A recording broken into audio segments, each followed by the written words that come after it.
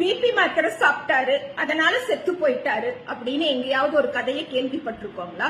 ஆனா அதுவே இவருக்கு பிபி இருக்குதுன்னு டாக்டர் சொன்னாங்க, மாத்திரை எடுத்துக்க சொன்னாங்க. ஆனா நான் மாத்திரை எல்லாம் சாப்பிட மாட்டேன், நான் உணவுலயே கட்டுப்படுத்துவேன் அப்படின்னு சொல்லி வாட்ஸ்அப் யூனிவர்சிட்டியில வந்த வதந்தியை நம்பி மாத்திரை சாப்பிடல, நொடி பொழுதுல, அதாவது இப்படிங்கிறக்குள்ள மயக்கமாயிட்டார். ஹாஸ்பிட்டலுக்கு கொண்டு போனோம், கேட்டா சிறுமூளை வெடிச்சிருச்சு, எப்ப நினைவு வரும்னு சொல்ல முடியாதுன்னாங்க.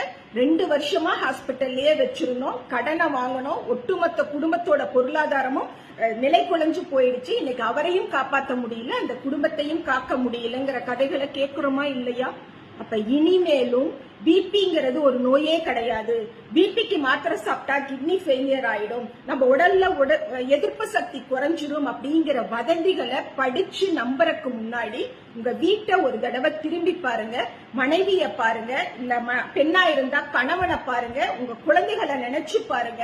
நீங்க நொடியில மயக்கமாயிரலாம், ஆனா நீங்க மயக்கமான பிறகு உங்களை 1 வருஷமோ 2 வருஷமோ 3 வருஷமோ அவங்க மருத்துவமனையில வச்சு பராமரிக்கிறதுக்கு அந்த குடும்பமே நொடிஞ்சு போயிடுது.